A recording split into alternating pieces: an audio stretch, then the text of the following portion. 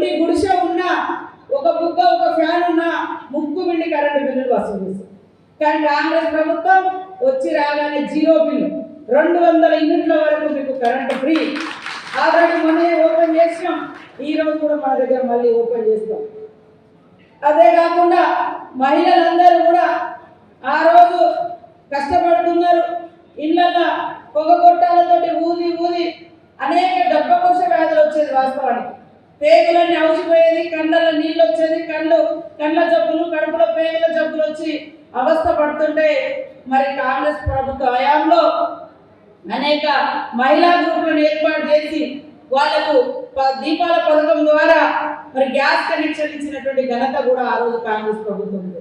కాబట్టి కాంగ్రెస్ ఉన్నప్పుడు 400 రూపాయలకే గ్యాస్ వచ్చేది, గ్యాస్ సిలిండర్ వచ్చేది. ఈ బీజేపీ బీఆర్ఎస్ పాలనలో 1300 దాకా పెరిగింది. మరి అలాంటి దాన్ని మనం 500కే అన్నాక వాళ్ళు 1000 తగ్గించినట్టు చేసేది. కానీ ఈరోజు మళ్ళీ కాంగ్రెస్ 500కే గ్యాస్ సిలిండర్ ఇస్తున్నది. అదేవిధంగా ఇళ్ళ నమూనా ఇందిరమ్మ ఇళ్ళను కూడా ఇవన్నీ రాకుంటే బాగుందని వాళ్ళు కలలు కంటారు.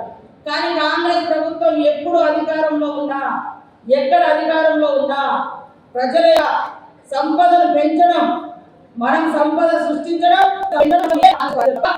కోసము లేదా ఎన్నికేసుకోవడం, 1,00,000 కోట్లు కట్టి కాళేశ్వరం లాంటి ప్రాజెక్టులను కనీసం రోడ్లను కూడా వాళ్ళు మనకు పర్మిషన్ ఇవ్వలేదు.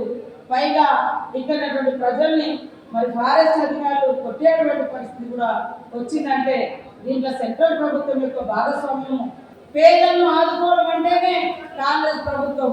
ఇవాళ వచ్చి రాగానే పథకాల అమలుతో పాటు ఇల్లు, ఏ ఊరిపైన ఇల్లు కూలిపోయి ఉన్నాయి, అలాంటి వాటిని నియోజకవర్గానికి 3,500 చొప్పున మరి ఇల్లు ఇస్తా ఉన్నాం 5 లక్షలతోటి. కనీసం ఈ టీఆర్ఎస్ ప్రభుత్వం కట్టిన ఇల్లు ఎక్కడైనా కడితే దాన్ని కూడా పంచలేదు, ఇవ్వలేదు.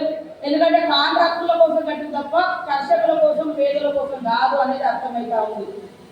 ఆదిలాబాద్ జిల్లాకు గత ప్రభుత్వాలు అన్యాయం చేసినాయి. అందుకనే సీఎం రేవంత్ రెడ్డి గారు మొదటి అడుగు ఉమ్మడి ఆదిలాబాద్ జిల్లాలో పెట్టిండు. మీరు కుప్పి కానీ, కడెం కానీ, లేకుంటే ప్రాణహిత కానీ ఇట్లాంటి అనేక ప్రాజెక్టులను తీసుకొచ్చి 2 పంటలకు నీళ్ళు ఇవ్వాలన్నటువంటి లక్ష్యంతో పనిచేస్తున్నటువంటి ప్రభుత్వం కాంగ్రెస్ ప్రభుత్వం.